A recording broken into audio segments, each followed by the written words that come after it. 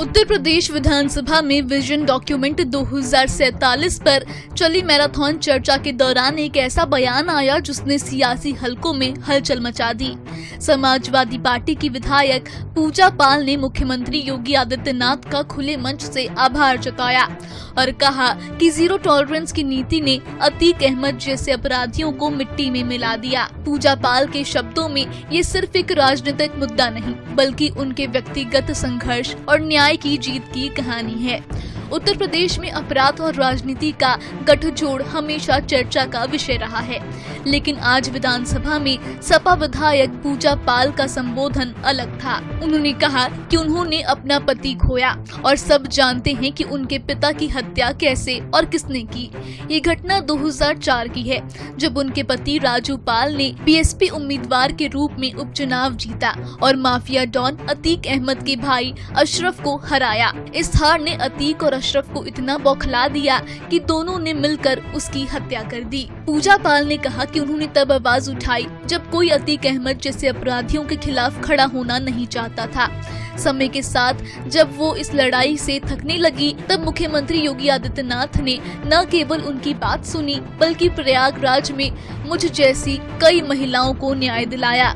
मुख्यमंत्री की zero tolerance नीति ने अतीक अहमद जैसे माफियाओं को मिट्टी में मिला दिया और आज पूरा देश उन पर विश्वास से देखता है। उनका ये संबोधन न केवल उनके व्यक्तिगत संघर्ष की दास्तान थी बल्कि उत्तर प्रदेश की बदलती कानून व्यवस्था का भी संदेश था कि अपराधियों के लिए अब कोई जगह नहीं है।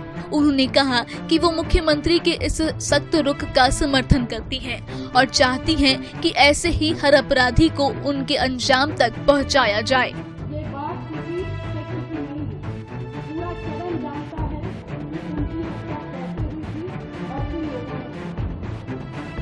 मैं धन्यवाद देना चाहती हूँ माननीय मुख्यमंत्री जी को, जिन्होंने मेरे छुपे हुए उन आंसुओं को देखने का काम किया जो वर्षों में किसी ने देखने का काम नहीं किया।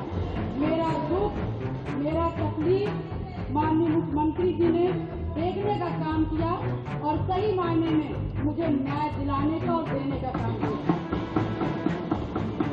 माननीय अधिष्ठाता महोदय जी, मुझ जैसे पता नहीं कितने प्रयागराज में पीड़ित परिवार को माननीय मुख्यमंत्री जी ने ऐसे अपराधियों को दंड दे करके उनको न्याय दिलाने का काम किया है और कल शायद प्रयागराज की जनता मुझे सुनेगी तो उनको भी माननीय मुख्यमंत्री जी को धन्यवाद देने का काम करेंगे पुनः दोबारा। तो विधानसभा में पूजा पाल का ये बयान सिर्फ एक आभार नहीं बल्कि उस व्यवस्था पर विश्वास की घोषणा भी थी जहां अपराधियों को सत्ता का संरक्षण नहीं बल्कि कानून का कठोर दंड मिलता है।